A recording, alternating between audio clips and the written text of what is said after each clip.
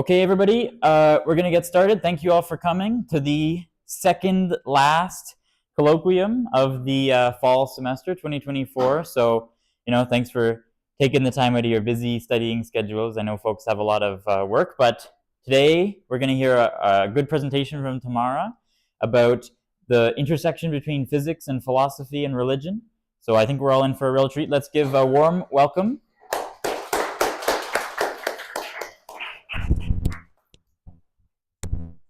Hi guys, my name is Tamara. So I'm just gonna begin with a very simple question, which is, do you ever see yourself knocking on wood for good faith, trying to avoid places that people have said are haunted, or even just praying in times of darkness? Well, a lot of you who are religious are probably gonna be very quick to answer yes. Some of you who aren't religious might admit to doing this behavior, and some of you might find it completely irrational and just does not make sense. But what if I told you Brian Greene and Richard Dawkins have both admitted to doing this, and we cannot doubt their intellect, and they are both proclaimed atheists and still admit to finding themselves doing exactly what I mentioned before?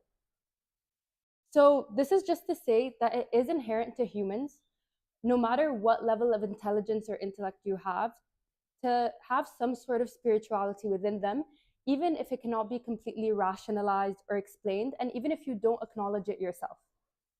So, just to preface, I'm not here to convert anyone, and I'm not here to tell anyone that there's one certain God, one certain religion, or one specific way to believe. But because religion is completely based on faith, and that's what makes it so different from science. So think about the statistic. In the United States, only 93% of elite scientists are atheists. 93% is a really big number, but that's the general trend of science. Most elite scientists denounce God and they don't worship any sort of higher power. So let's try to think of these 7% of elite scientists who do worship a God and how they can bridge the gap between spirituality and science. So I personally think that it all comes down to one question. What's the universe? I know you've all thought about it before, and for centuries we've gazed at the stars and wondered where we've come from and why we're here. Historically, there have been multiple ways to answer these questions. Science, on one hand, has laws and calculations, and religion is usually mysteries of faith and divine revelation. At first glance, it does appear to be facts versus belief, but I think that the reality here is much more nuanced. And physics and religion, or science in a general sense, they're not enemies, but partners working towards the same ultimate goal of understanding our existence. So there is a time where science and religion did walk hand in hand. In the Middle Ages, scientists were clergymen, and a lot of religious institutions were founded by monasteries. And even Isaac Newton once said, the existence of a thumb makes God certain. So science, but this positive relationship, began to fray during the scientific revolution, and skepticism arose, and people started to embrace empirical methods. So this marks the point in history where science is evolving rapidly and religion is being treated as more of an obstacle to innovation. But this brings us to the philosophical heart of the matter. How do we know what we know? Science does rely on empirical evidence, testing hypotheses, and refining theories. It asks how things happen, how stars form, how particles move, how the universe expands. But on the other hand, religion asks the question, why? Why is there something rather than nothing? Why does the universe seem fine-tuned for life? And why do we feel longing for meaning beyond ourselves? These questions are questions that religion answers and science cannot completely quantify. But we cannot ask how without why, nor we can ask why without how, which only makes sense that these two frameworks complement each other very naturally. One describes the mechanics of reality, and the other describes its meaning. But what is the nature of reality itself? Is it purely physical, or is it shaped by consciousness? Materialists and idealists have debated this very much recently and throughout all of existence, but physics explores this question in different ways. Quantum mechanics, for example, reveals a universe where observation affects reality, where particles exist in a state of possibility until measured. And spiritual teachings do echo that interconnectedness and the role of consciousness in shaping existence. The Big Bang also, both science and religion do speak of a single origin, and that can be leathery light of the scripture or the moment where energy bursts into matter. And even the idea that the universe appears fine-tuned for life raises a very important question. Is this fine-tuning a product of chance, multiverses, or an intelligent creator? Physicians and those of faith may answer differently, but they are answering the same question. And of course, there are many points of friction and there are tensions, for example, miracles. And even a very heavily debated one is ethics and morality and in the boundaries of scientific advancement. Genetic engineering, artificial intelligence, where science often asks, can we, and tries to push these boundaries to their ultimate limit, but religion asks, should we, and advocates for restraint when it does blur the lines of morality. But maybe this friction isn't necessarily a bad thing. Maybe this friction leads to more nuanced, open-minded conversations about science and of religion. So let's recall those 7% I mentioned earlier and answer how they can worship God and be elite scientists. It's because science and religion are driven by a shared sense of wonder. They want to answer the same question. What's the universe? Why are we here? And what lies beyond? Thank you.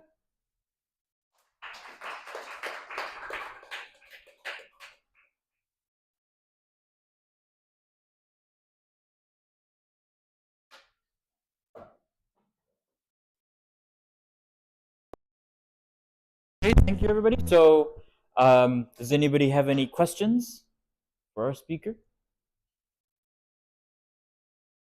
Yes. Yeah, sure. Thanks for the talk. You mentioned something interesting about how religion is based on faith, and then science is much more concerned with kind of like facts or like formulas. And I was wondering if there's some level of faith required for science as well, because for example, this idea that like we can measure reality or that what we measure corresponds to some facts about nature, or even that things we measure in one moment will correspond to what happens in the next moment. Like, I think those are kind of axioms of faith in science as well, in some sense, right? So maybe that's another connection. I think, yeah, you're right. I think in some, like to a very actually large extent, science does have a lot of faith in it. Like even scientists who push a theory so far ahead, even though they can't necessarily prove it. So like the biggest critique of string theory, for example, is that it has a lot of logical consistency with what we've known so far, but we can't actually prove it that much. And the same thing with religion. Most people who have studied a lot of religions, they do find patterns and evidence or patterns that think of things that do align with science, which makes it much more compelling to them. So yeah, neither is 100% one without the other, which actually makes them more similar if you think about it. Yeah. Maybe you want to go?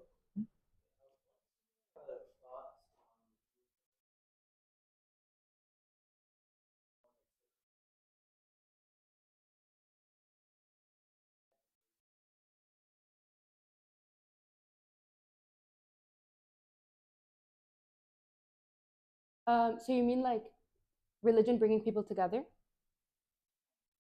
Okay, then like repeat the question. Well, basically the potential.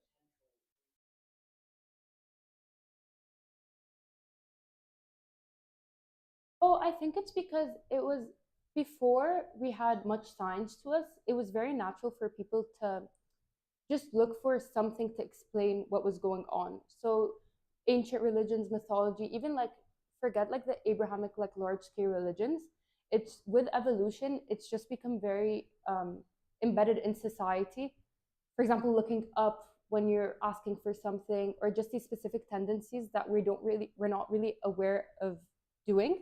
So yeah, like religion is very sociological and it is, I think, part of evolution. There is a series of books. I don't really remember the scientist's name, but it does talk about religion in sociology, like exactly what you're talking about, and how we've given it like such a habitual, like how it's become so habitual to us, and like which makes it seems inherent, even though people necessarily might not be that compelled on their faith. So it's just the spiritualness in a sense of wanting to do these specific, you could say superstitious habits, and not necessarily like go and worship one specific god. Did that answer your question? Okay. Are you sure? You can go on. I was just more wondering about like this given more spirituality, Oh, okay.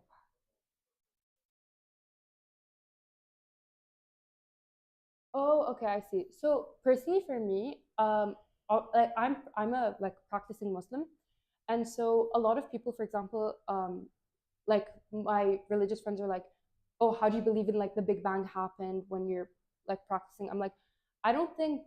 I think that the pursuit of science and how far we've come in science is very independent from how far we've come, like how you what you believe of the like of our scripture.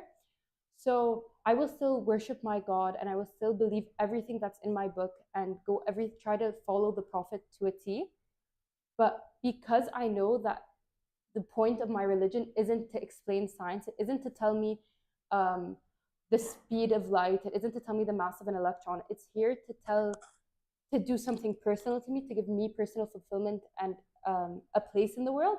As opposed to science, it's more taking at my curiosity in the very um, nitty gritty of the way things are, like the mechanics of things.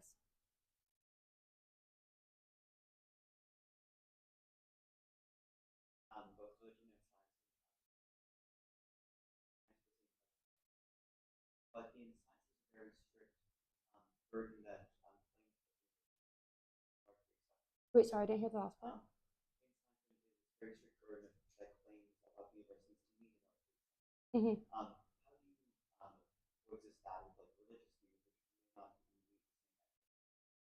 Well, I think in structured religion, obviously there's a difference between, like, for example, being agnostic or not following your religion very strictly. But in like structured religions with a very specific scripture, a very specific temple or like church or whatnot, it does have very specific guidelines of what you can believe and what you can challenge and what you can't necessarily. Like if you do believe, like the general idea is that if you do believe in a specific religion or specific God, you do believe everything he says or everything that's been told to you. So I do think that is very parallel to science when, like, for a theory to be confirmed, there needs to be this, and this. You get what I mean? My question would be more so, very from science, I would say that about the universe needs to be at this level of empirical. Whereas if you believe they might not meet the evidence. Oh, well, that's true. But I don't think when you believe something, it's different than when you're trying to advance science or you're trying to prove something. Like the reason people believe things so strongly is because they believe it. They just believe it. Like there's nothing that can, you can be convinced of something through empirical evidence. But if I tell you I believe this, you can't tell me I'm wrong. You can't tell me you're believing, the fact that you believe something is not right. Like I just believe it. But if I were to tell you I'm going to convince you of something that I believe, that's where I'm going to need the scientific method, more empirical evidence and hypotheses. So I think it differs in like your intention of when you're articulating your thoughts. Am I trying to convince the person in front of me, or am I just trying to express myself?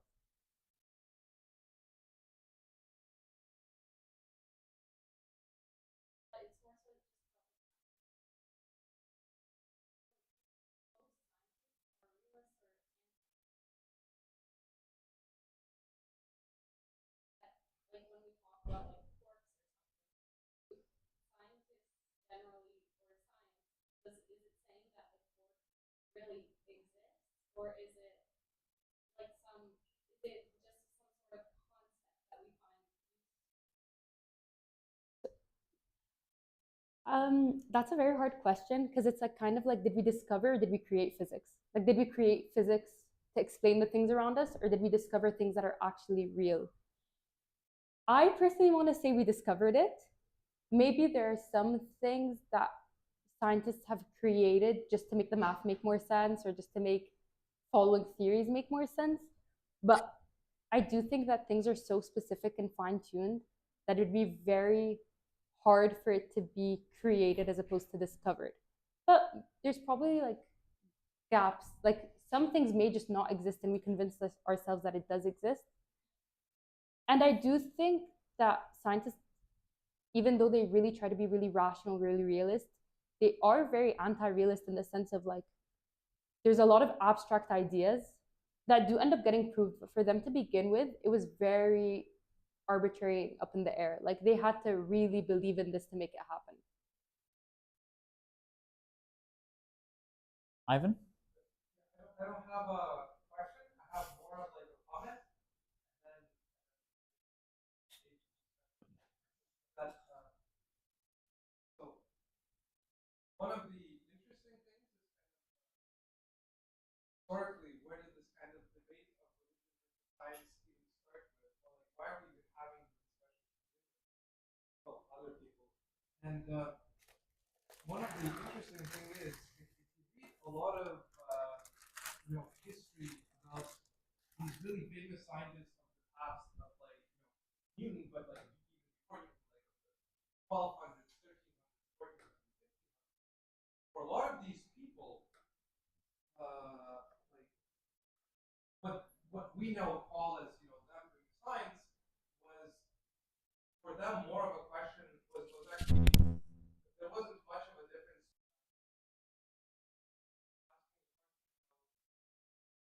There wasn't as much of a distinction trying to understand the world around them. Very much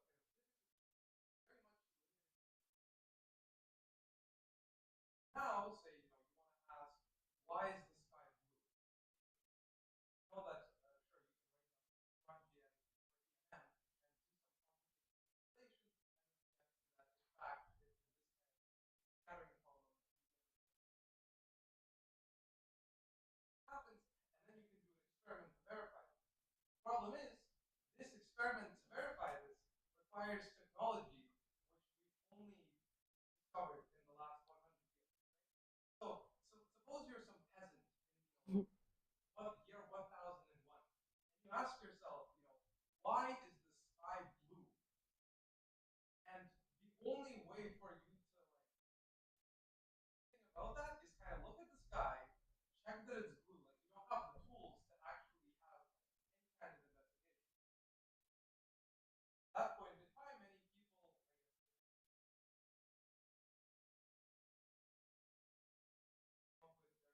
thought of thing of the sky being blue, and so on and so forth, to kind of try and explain the world around them. And that's why for a lot of these early kind of research, what they were trying to answer this question of why is the sky blue, but maybe that's how we understand this question now. Maybe at that point in time, they phrased that question of why does the god of sky choose to make the sky blue and not any other color, right? So fundamentally, they're kind of asking the same question, not us, but in kind of the tools of philosophical tools that they have available to them at the time. And I guess the problem comes when you start getting these other tools where more precise measurement, and it doesn't quite, it's kind of new tools, and so that's where the argument started to rise, given that all of this was a great example of that is astrology. Now a lot of people kind of laugh at astrology, but astrology is really the reason why we have modern astronomy at all. Because in the 1400s, around the world spent a lot of money to have their personal astronomer stars in the sky, map them out. When you think about it, that's kind of an important thing. Where you have this person who claims they can tell you, advise you on what to do to win like the current war, right? Pay a lot of money to this astronomer to set up his observatory, right? And to map out the stars every day to kind of write some horoscope for him and give him a prediction, whatever it is that they care about politically at that moment. That's the kind of initial funding this mapping of the sky. Right? Now you'd say, okay, this person, they mapped out the sky. And that, okay, in our modern day, we'd say, oh, they were kind of researching the moon. But their intrinsic motivation was not at all about really thinking about the planets. They were kind of trying to do the horoscope thing, and as one of the byproducts, since they were kind of also trying to look at the as a byproduct, they kind of collected all of this data. Once they finally collected all of this data, they start, noticing patterns and making models for why they started moving. Wouldn't have been able to if they didn't collect all of this data. So in some sense, like the Copernicus model, all of this is only possible because a bunch of rich people funded these astrology projects from the and then eventually we got enough data to realize that there's some other patterns and kind of an interesting question. All of this kind of came out from all of these things kind of came out from one thing together. More tools became available, branching off of new ideas. New tools